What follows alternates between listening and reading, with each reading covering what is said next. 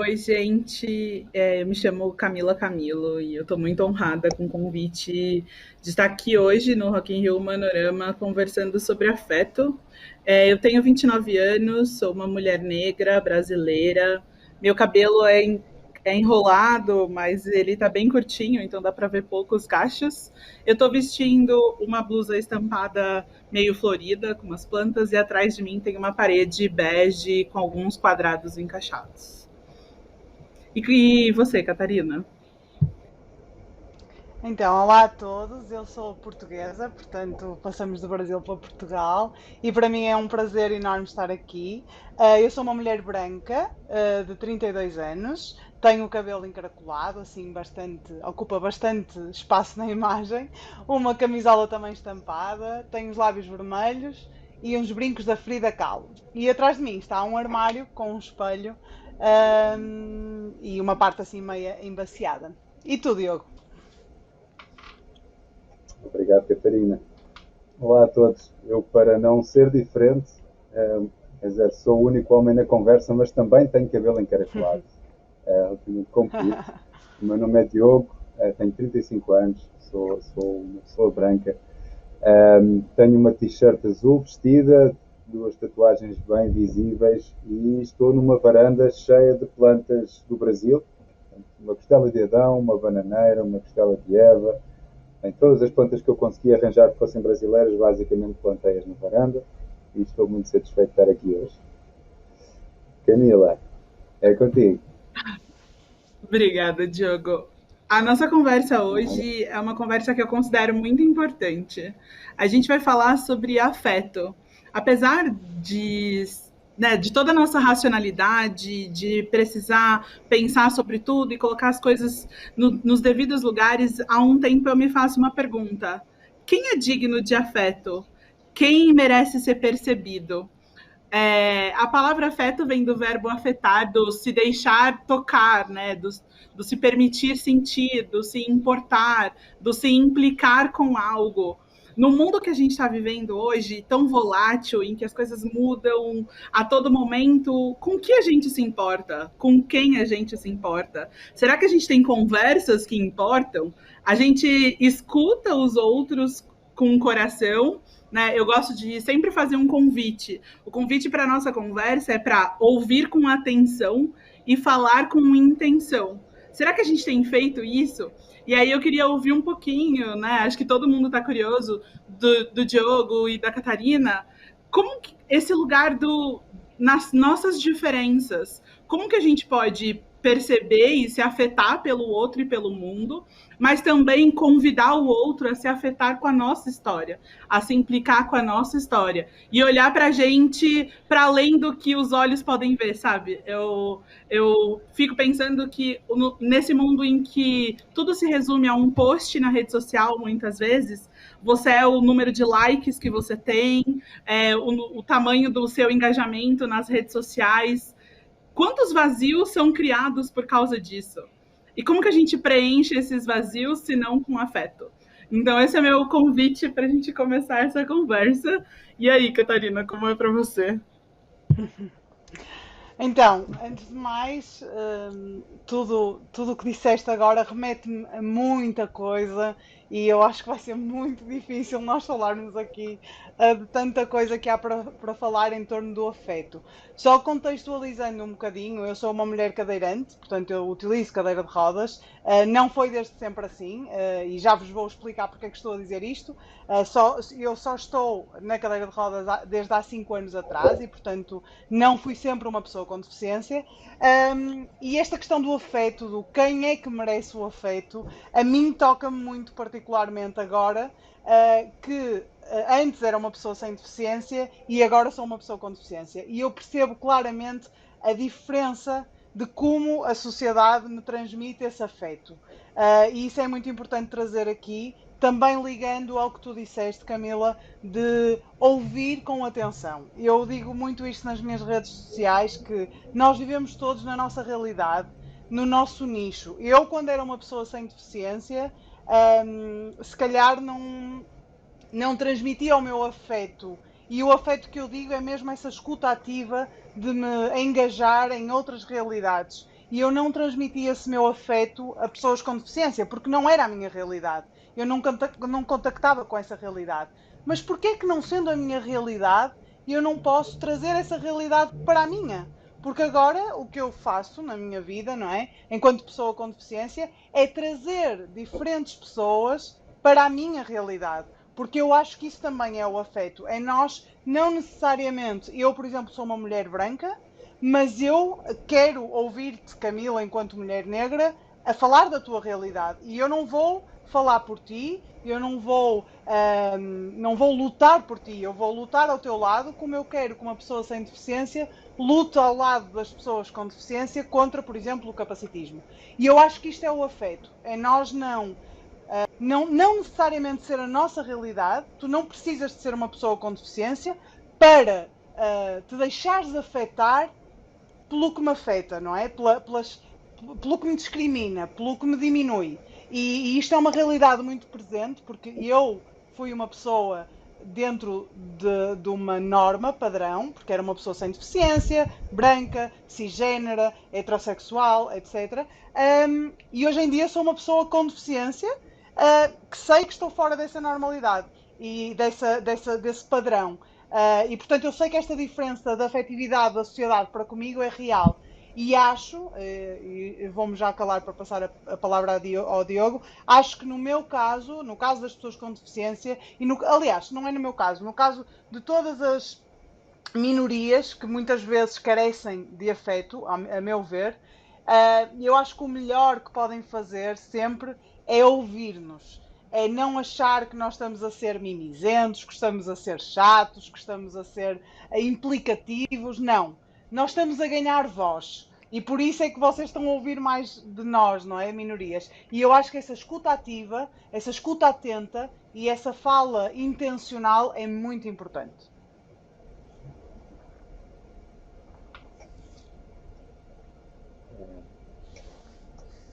Ok, desculpa, estou a digerir tudo o que disseste. De facto, isto é uma conversa que não vai dar para falar sobre tudo.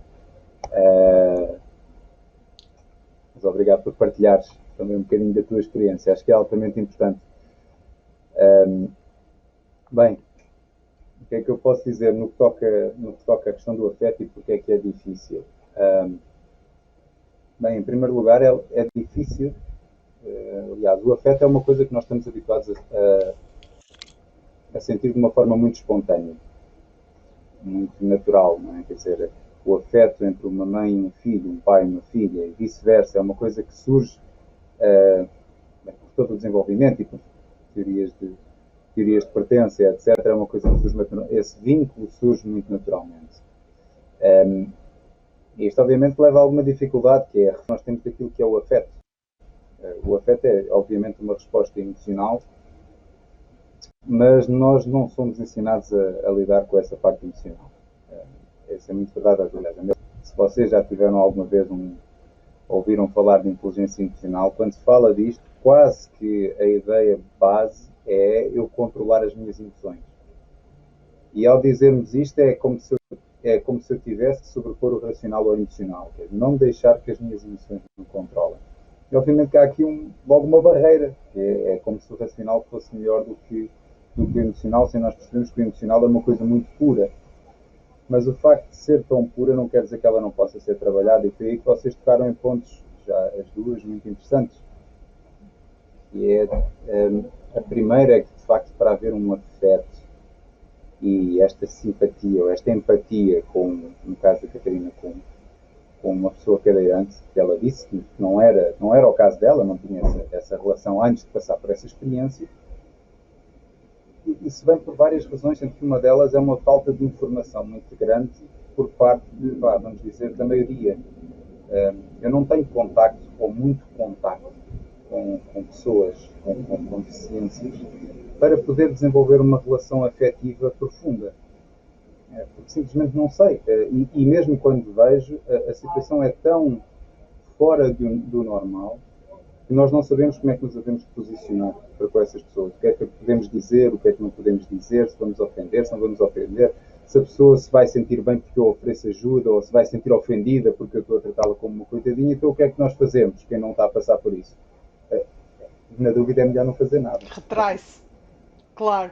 Ao não, ao não fazermos nada, o que é que acontece? Nós perdemos uma oportunidade muito grande de recolher informação. E essa informação é o que nos vai trazer alguma vontade, alguma normalidade e uma relação emocional com a situação mais natural, mais saudável. E é esta obtenção de informação que está muito ligada àquilo que a Adriana acabou de dizer, que é preciso uma escuta ativa. Essa escuta ativa é simplesmente uma busca ativa de informação, que tanto pode surgir ouvindo, como pode ouvir pesquisando, desde que eu esteja aberto a isso. Não é? Mas a Camila disse muito bem, parece que nós não sabemos ouvir. E isso não é um problema de agora. Há um livro chamado O Tornar-se Pessoa, do Carl Rogers, em que ele diz que nós de facto não sabemos ouvir os outros. Ou seja, nós não sabemos ouvir por ouvir. Nós ouvimos, e muitas vezes ouvimos só para ver onde é que está a falha do argumento do outro, para depois podermos repostar. Nós não ouvimos para, deixa-me ouvir porque é o que é. Não me interessa se a pessoa tem razão ou se não tem. A pessoa tem a sua opinião e eu vou ouvir a sua opinião como ela é, e no final dou a minha sem isto ser um debate. Nós somos muito viciados em debates. E até por questões de vaidade intelectual, dizendo não, porque tem que se bater e mudar ideias e não sei, não tem que se fazer nada. Na verdade, o que nós devíamos fazer era ouvir. Eu estou a dizer isto de uma forma muito bonita, mas eu sei dos males que sofro. Isto para mim é um exercício constante em que eu falho redondamente muitas vezes, de simplesmente estar sentado e ouvir o outro só por aquilo que ele é, ou seja, ouvi-lo porque ele existe, no seu direito de existir. E obviamente esta falta de mentalidade e até esta falta de trabalho que deveria haver desde muito pequenos, porque até toda a nossa experiência educacional nos leva não a ouvir de forma aberta, mas a ouvir para resolver um problema, a ouvir para saber como é que se faz, a ouvir para melhorar, a ouvir para qualquer coisa. Há uma intenção no ouvir que não é ouvir. Ou escutar, digamos assim, o ouvir é fisiológico, o escutar é que é um ato intencional. E isto é uma coisa que nos falha muito enquanto sociedade, enquanto seres humanos, de uma forma geral, é algo que não é tão natural e que acaba por estar nesta base de que é que os afetos se desenvolvem numa área e noutra não. Sim. Escutando desculpa, vocês, imagina, eu que peço desculpa, mas escutando vocês, eu fiquei me perguntando se é possível treinar o afeto, né? Como é que a gente... Eu sou uma mulher negra e eu moro no centro de São Paulo, que é uma região com muitas pessoas em situação de rua, por exemplo, e a pandemia, pelo menos no sul global, agravou em níveis assim, absurdos as desigualdades. E há um tempo eu faço voluntariado, assim, pelo menos uns 10 anos. E aí eu me lembro de ter ido fazer uma ação na rua, entrega de refeições para as pessoas. Eu estava só com uma camiseta regata, estava de máscara, uma roupa mais velha, porque a gente vai sentar na calçada, vai conversar com as pessoas, vai tentar escutar a história delas, né? Eu acho que é mais do que dar o alimento, é sobre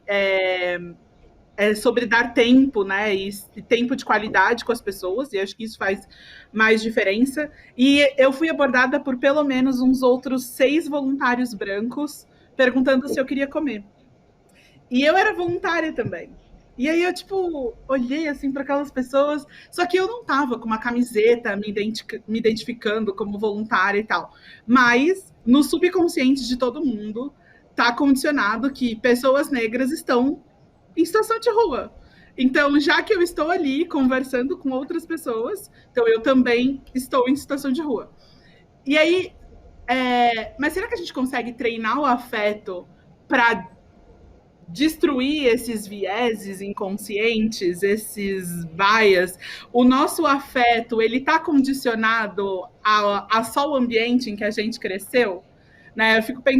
Eu fiquei refletindo, né, sobre Catarina não ser antes uma mulher cadeirante e agora ser. E aí a sua perspectiva de mundo muda. As pessoas que te cercam, porque eu vejo, eu tenho muitos amigos não negros e eles tem muito, hoje em dia, muito cuidado ao falar comigo. Do tipo, sempre estão me perguntando uma expressão ou outra. E aí eu comecei a ficar irritada recentemente. Falei, gente, vocês, sabe o Google? Vocês têm na mão de vocês um aparelhinho que dá para vocês terem acesso a toda a informação do mundo. Será que eu preciso educá-los para se afetarem, para se importarem? Tem também o medo de ser politicamente incorreto, né? Então, será que o medo de errar interfere no afeto? Né? Tipo, é melhor eu não me importar, como o Diogo estava falando, é melhor eu não. Mas eu não faço nada porque eu não me importo, ou eu não faço nada porque eu tenho medo de fazer alguma coisa e essa coisa ser errada. Né? E aí é muito sobre isso. Assim, no final, tem um quê de vaidade. Se eu faço certo, ok. Recebo congratulações, mas e se eu errar, a vergonha é muito difícil de encarar, né? Enfim, fiquei com essas reflexões na cabeça. Eu acho que várias coisas interessantíssimas que disseste. A questão do treinar o afeto, eu acho que nós vivemos, e eu acho que é idílico dizer o contrário, nós vivemos na nossa bolha, inicialmente, não é? Nós crescemos numa bolha que estamos rodeados de mais ou menos privilégios, que às vezes só nos vamos apercebendo quando crescemos. Agora, nós temos a possibilidade, se quisermos, de rebentar essa bolha. E de rebentar a bolha e de ver as outras bolhas e de ir rebentando outras bolhas. Agora, nós temos que querer isso. E eu sou uma mulher com deficiência agora, mas eu continuo a ser uma mulher branca. E eu tenho muitos amigos negros com quem eu aprendo imenso e eles aprendem imenso comigo. E essa questão que tu tocaste dos teus amigos estarem sempre a perguntar, com medo de serem politicamente incorretos, etc., é muito interessante, porque eu gostava mesmo, porque eu vivo muito isso no meu dia-a-dia com a questão da deficiência, que o Diogo falou do ofereço ajuda, não ofereço ajuda, a pessoa vai ficar ofendida, vou tratar como coitadinha. É um desconhecimento, porquê? Porque as pessoas não rebentam a bolha. E não rebentam a bolha e não têm a predisposição de conhecer outras realidades. Eu, por exemplo, eu tenho muitos amigos negros, a minha conversa com eles é natural, mas se há alguma coisa que em algum momento eu fui incorreta, não fui de encontro ao que eles se sentem confortáveis, eles só têm que me dizer com respeito, com educação, e eu desconstruo isso em mim. E o que eu digo muito na questão da deficiência é: não tenham medo de nos abordar, de nos perguntar, de questionar. Mas aí eu também acho que há um papel afetivo importante das pessoas que vivem as realidades. Por exemplo, eu, enquanto pessoa com deficiência, não achar que o Diogo ou que a Camila, que são pessoas sem deficiência, vão saber lidar da melhor forma comigo. Não sabem, não é a vossa realidade. Então, se vocês tiverem, por exemplo, como acontece muitas vezes, as pessoas nem sequer oferecerem ajuda, começarem a empurrar a minha cadeira sem me perguntarem. Eu paro e digo: olha, a cadeira é uma extensão do meu corpo, eu agradecia que perguntasse, e se eu dissesse que não é preciso ajudar-me. Ou seja, eu também tenho que ter um papel afetivo de falar com tranquilidade e de educar. Agora, se as pessoas também erram 5 vezes seguidas, é porque também não fizeram a escuta ativa que falamos e não ouviram o que eu lhes disse. Mas eu acho realmente muito importante nós termos porque acho que também estamos numa fase de muito ataque. Porque há muitas vozes a falar, toda a gente ataca uns aos outros, e então às vezes eu acho que é preciso educar. Eu faço muito isso nas minhas redes sociais, que é tocar ali na ferida de uma forma educativa. E eu acho que isso também roça muito no afeto. Nós educarmos as pessoas, nós não temos que saber de tudo. Eu se calhar posso dizer uma coisa a ti, Camila, que acho que não tenho. Por exemplo, dou um exemplo. Eu tenho um amigo que se identifica como não binário. E eu até disse um amigo. E ele se calhar não gostava que eu dissesse um amigo, porque ele identifica-se como não binário. Mas ele nunca me aponta o dedo de erraste, estás a dizer mal. Não, ele tenta me educar, nem é ele, se calhar. Percebem? Ou seja, isto já são coisas muito dentro de nós que nós temos que ir desconstruindo, mas com afeto, com educação, com conversa, não é? Acho que isso é o mais importante.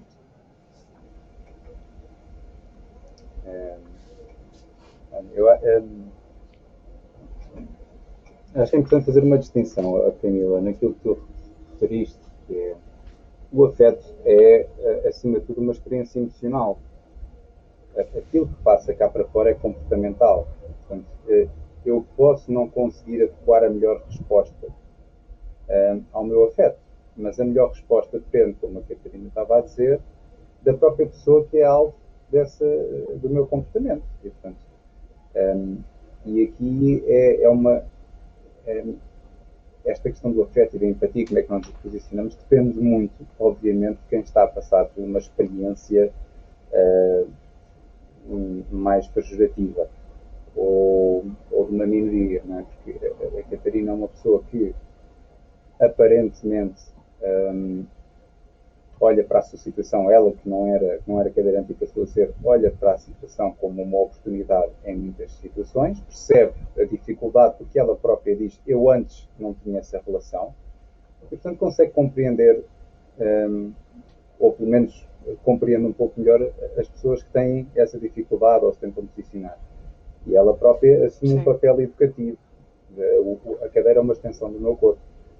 Há pessoas que não lidam tão bem com a situação, ao ficarem numa situação similar à da Catarina, e portanto serão muito mais agressivas, são mais fechadas, se calhar vitimizam-se muito mais, acham que o que lhes aconteceu é altamente injusto, e obviamente que a resposta a uma pessoa que está a exercer a sua empatia, uma amostra do seu afeto para com a circunstância em que ela está, poderá ser uma resposta muito mais negativa. Dizer, mas está a agarrar na cadeira alguém que o ajuda. E, portanto, isto obviamente é aqui que nós temos que perceber que o facto de a pessoa estar a ter um extremo cuidado de saber se está a ofender ou se não está a ofender, pode ser exagerado, pode ser falta de informação, pode parecer pouco autêntico. Isso em si não é representativo do afeto que ela pode estar a sentir ou deixar de sentir. A pessoa pode não ter capacidade de resposta. Nós sabemos que há pessoas que estão em relações amorosas e que se amam e não sabem demonstrá-lo e não deixam de se amar por causa disso, mas simplesmente não têm a capacidade de chegar ao pé do outro e dizer todas as manhãs eu amo-te. Portanto, isso não é, uma coisa é a parte emocional, outra coisa é a resposta.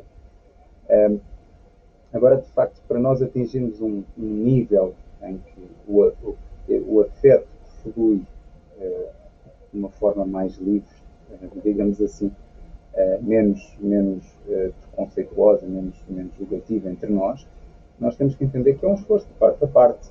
Eu vou fazer a minha parte, mas obviamente que a minha resposta depende também da reação que eu tenho do alvo da minha resposta. O facto das pessoas estarem em minorias não faz ninguém certo nem errado. A pessoa só está numa minoria. E há pessoas que estão em minorias e têm comportamentos fantásticos, há pessoas que estão em minorias e têm comportamentos altamente criticáveis e vice-versa nas maiorias. E tem que haver um esforço de parte a parte. Se uma maioria, por mal que seja, está a fazer um esforço, uma minoria ainda que tenha sentido na pele algumas injustiças ou alguma falta de cuidado durante muito tempo, também tem que absorver esse esforço da forma como ele chega, da melhor forma possível, obviamente, e educar. Como a Catarina está a dizer, claro que obviamente é preciso entender qual é que é a intenção da pessoa. Às vezes há pessoas que literalmente só querem mostrar que são boazinhas. Eu imagino, claro, agora a Catarina estava a dizer, alguém chegou e começou a empurrar a cadeira. Eu estou a imaginar aquelas pessoas que assumem logo que a pessoa precisa de ajuda e não percebem que aquilo é uma violação do espaço, aquilo é uma intrusão. Eu estou na minha vida. Eu não tenho aqui um sinal a dizer empurrei a minha cadeira. E obviamente que há pessoas que não têm esse cuidado. E este cuidado é preciso ser trabalhado. A pessoa se calhar fica ofendida quando a Catarina chama a atenção e pensa, olha, esta cadeirante ainda fala. Mas isso é um problema da pessoa. Exato.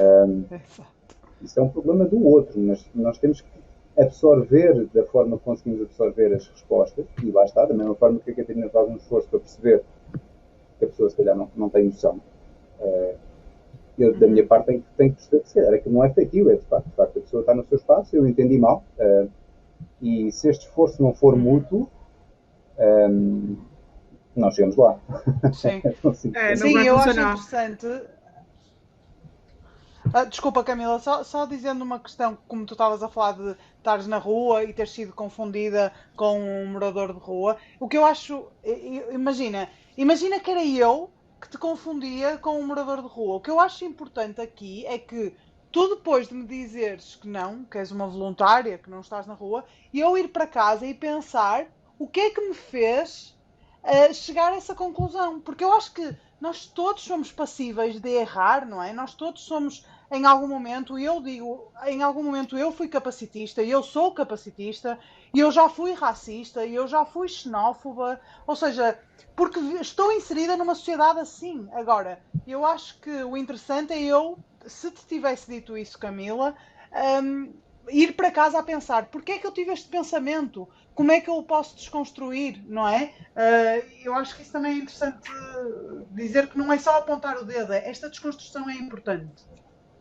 Sim, tem um convite para reflexão, né? Eu fico pensando assim, obviamente, sendo uma mulher, eu já reproduzi e reproduzo inúmeros comportamentos machistas, porque afinal de contas é onde a gente está inserida. Sendo uma pessoa negra, eu tive uma criação, né, de pais numa relação interracial que para minha mãe era um absurdo que eu me relacionasse com uma outra pessoa negra. Por quê? Porque tem a cultura do embranquecimento. Então, eu tinha uma escuta de muitas expressões racistas. Eu reproduzi racismo nas minhas relações por muito tempo, até entender a importância de me afetar, né, de me importar com aqueles que eu olho para o espelho e falo, nossa, eu me vejo nessas pessoas. Eu acho que quando a gente fala de fraternidade, sororidade, a Sueli Carneiro, que é uma escritora brasileira, ela fala que as mulheres negras elas se encontram na dororidade. Né? É o afeto pela dor, porque as nossas dores são similares, a gente consegue entender. E eu acho que isso é para todas as nossas relações. Tá na dor de não saber expressar os sentimentos, né? Muitas vezes eu vejo quando eu converso com homens, brancos ou negros, indígenas, às vezes, falam, olha, a cobrança por ser muito forte, por não expressar as minhas emoções, tudo isso me dói. E quando eu expando a minha consciência e consigo me deixar afetar pelas dores, né, me deixar expressar sentimento, é uma outra coisa. E aí eu fiquei pensando, como que a gente... Afeto é igual amor?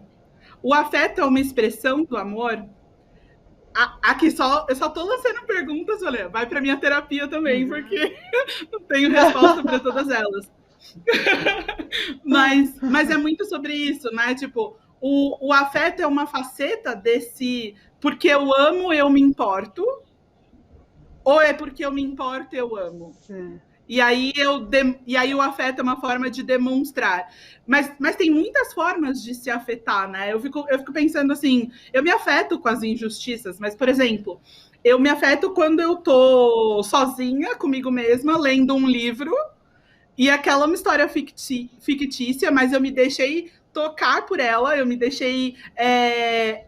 sei lá, ela se tornou um gatilho, entrou em alguma coisa em mim foi tocada. Né? Eu gosto de falar que a gente é resultado de todas as almas que a gente toca. Né? Tipo, um pedacinho da gente vai tocando e a gente forma um grande mosaico, assim, né? Às vezes é um mosaico que a gente vai olhar e vai achar muito bonito, outras vezes os toques foram de dor e a gente precisa curar e construir novos mosaicos, então tocar novas almas.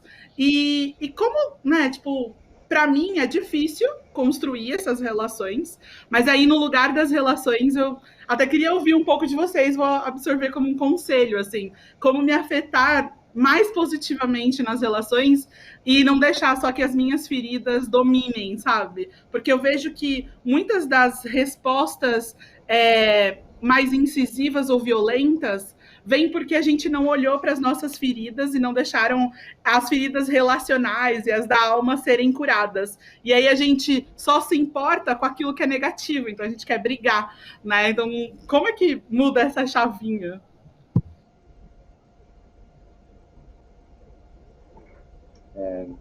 Então eu vou começar. A Catarina fez um bocadinho de silêncio e eu assumi que ela estava a Força, falar força. primeiro. Força. Olha, em primeiro lugar, esta questão e o tema desta conversa era que afetar vem de afeto.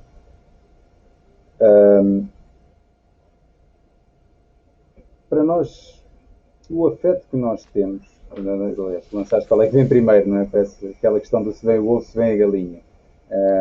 Completamente irrelevante neste caso. Eu vou explicar porquê. A forma como tu queres afetar alguém depende das emoções que tu tens para com esse alguém. E depende da forma como tu te sentes, porque o afeto exige uma relação. Uma relação entre ti para com alguém ou com alguma coisa. Geralmente é um alguém. E depende da forma como tu te sentes na relação e como tu te sentes contigo. Então, se for uma pessoa que está relativamente bem resolvida com aquilo que te aconteceu na vida, a tua intenção para com qualquer relação é positiva, é saudável, é leve, é construtiva. Se tu és uma pessoa que já passou por muitas coisas que não conseguiu ultrapassar ainda e tem um sentimento mais negativo de se calhar querer vingar-se ou querer dar uma alfinetada, como nós demos em Portugal, de dar um chega para lá ao outro e etc. É óbvio que a forma como eu vou afetar a relação e os outros vai ser mais negativa. Portanto, em primeiro lugar, a pessoa tem que se questionar sobre qual é que é a minha motivação nesta relação. E, muito honestamente, nós temos várias. Eu posso, eventualmente, isto é aquela... Os americanos têm uma expressão linda para isto, não é? Que é o I love you, but I don't like you. E isto acontece muito com pessoas da nossa família, que é tipo, nós amamos porque eles são da nossa família, mas quando eu tenho uma hipótese, toma lá porque não tenho pachorra para ti, não tenho paciência. E nós temos que perceber qual é que é a nossa intenção, a nossa motivação em cada relação que nós estamos. E obviamente que isto vai mudando, isto oscila com o tempo. Mas às vezes nós temos que nos lembrar que a pessoa que está na relação não é nenhum inimigo, apesar de às vezes parecer que é por coisas pequenas que acontecem em casa, um prato que está sempre fora do lugar, ou tomou o café e deixou a chávena no chão da sala outra vez. Estou a dar exemplos pessoais agora, como podem perceber. E você tem que se lembrar que, calma, casei com esta pessoa porque eu amo. E é difícil, mas nós temos às vezes que reposicionar, temos que nos reposicionar na relação, porque nós deixamos-nos levar por coisas pequenas, nós somos muito instáveis. E ao reposicionarmos, nós mudamos o foco para uma coisa mais que é porque é que eu estou aqui, porque ao fim e ao cabo eu me mantenho com esta pessoa e enquanto houver razões positivas para ficar, o afeto inevitavelmente irá surgir, pelo menos desde que eu me consiga lembrar disso. Para com os outros, há bocado que fizeste uma questão e eu queria só salvaguardar isto muito rápido, desculpa, Catarina. Tu há bocado, Camila, perguntaste se o afeto se trabalha. Como qualquer resposta emocional, trabalha-se. Claro que sim, não é? Nós passamos por experiências, muitas vezes, que são profundas, emocionalmente profundas, transformadoras. E a forma como essa experiência me faz crescer para com pessoas que estão a passar pelo mesmo não é limitadora, não fica limitada a essa circunstância. A Catarina, que é cadeirante, começou a perceber que as pessoas cadeirantes são assim, mas isso expandiu-se a outras situações, a outras pessoas que estão noutras minorias, porque isso abre-nos horizontes. Então é óbvio que eu consigo trabalhar esse afeto, porque é assim que as coisas funcionam. Quando nós, à medida que vamos tendo experiências profundas e emocionais, quer no casamento, ou tornar-se pai ou mãe, ou etc., isso vai ampliando a nossa sensibilidade emocional para várias áreas da vida. Então, quanto mais experiências nós tivermos que nos colocam em situações que são emocionalmente novas e desafiantes, mais permeabilidade eu vou ter a pessoas que estão em situações que, apesar de eu ainda não ter estado, eu não passei por aquela situação em si, mas eu já estou mais sensível para a dificuldade que é estar naquela situação. Isso foi porque eu me fui sensibilizando. Quanto mais sensível eu estiver, mais fácil vai ser eu ter afeto para com pessoas que estão em situações que exigem uma resposta mais empática ou mais amorosa da minha parte. E era isto. Desculpa, Catarina. Sim, não, é mesmo isso. E eu acho que eu estava aqui, tudo o que vocês disseram, estava aqui a refletir. E eu acho que, no fundo, obviamente que cada um de nós vai ver as coisas na sua realidade, mas o que me veio de tudo o que vocês disseram agora, veio-me. Eu acho que o afeto é também ou seja, eu acho que nós estamos a transmitir afeto quando nos disponibilizamos para sermos afetados. Ou seja, porque eu acho que quando nós nos deixamos, eu acho que o afeto, ou seja, nós somos afetados quando é criado algum tipo de movimento em nós. Porque, como tu estavas a dizer, Camila, quando tu lês um livro que te emociona, que te deixa afetar, isso criou alguma coisa em ti. E eu acho que, eu acho que um dos grandes motes do meu trabalho contra o capacitismo, a falar da deficiência e a tentar afetar as pessoas com a minha realidade, não é no sentido de culpabilizar. E eu acho que gostava muito de deixar aqui esta mensagem também, que quando nós nos afetamos por alguma coisa, quando nos sentimos, até se diz muito aqui, ai, estou-me a sentir afetado pelo que tu me estás a dizer.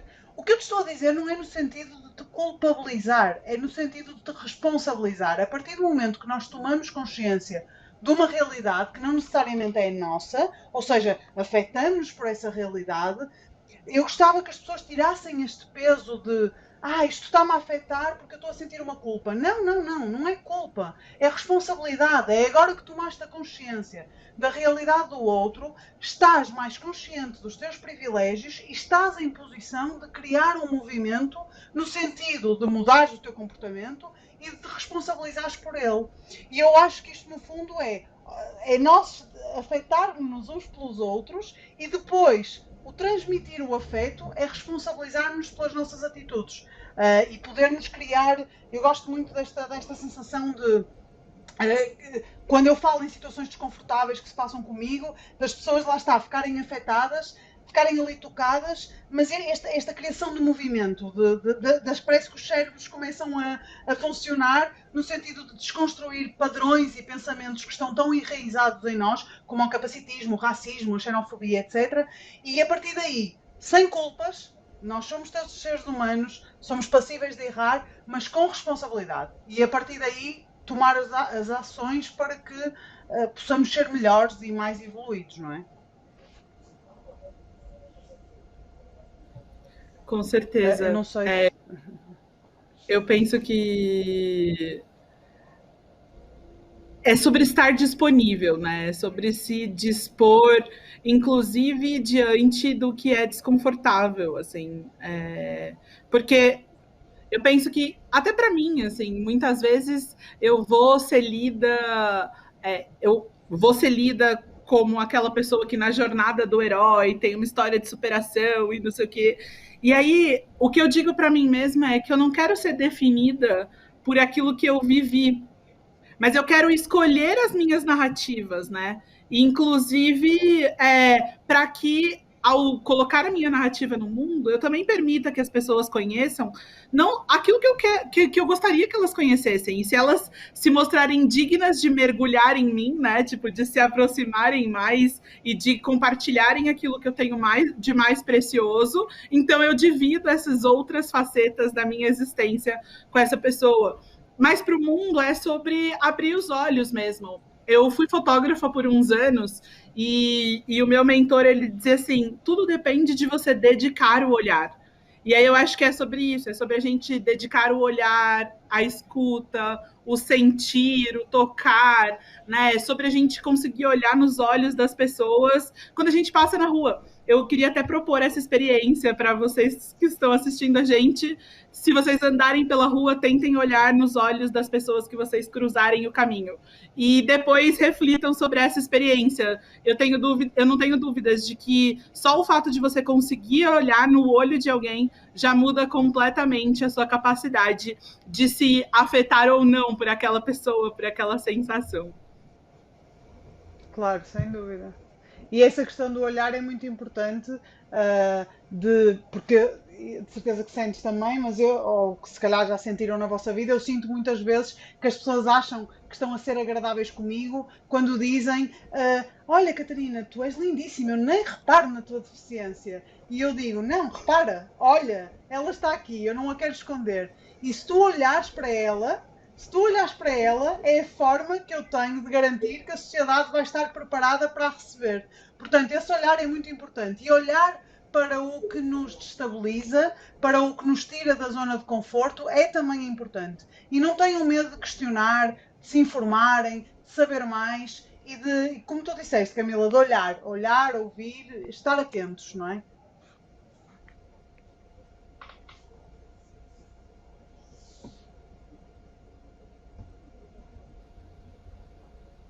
Se estiverem à minha espera, não tenho nada a acrescentar depois disto, é só para avisar. Eu só vou. Eu não. Acho que, como mensagem final, eu não tinha mais nada a acrescentar.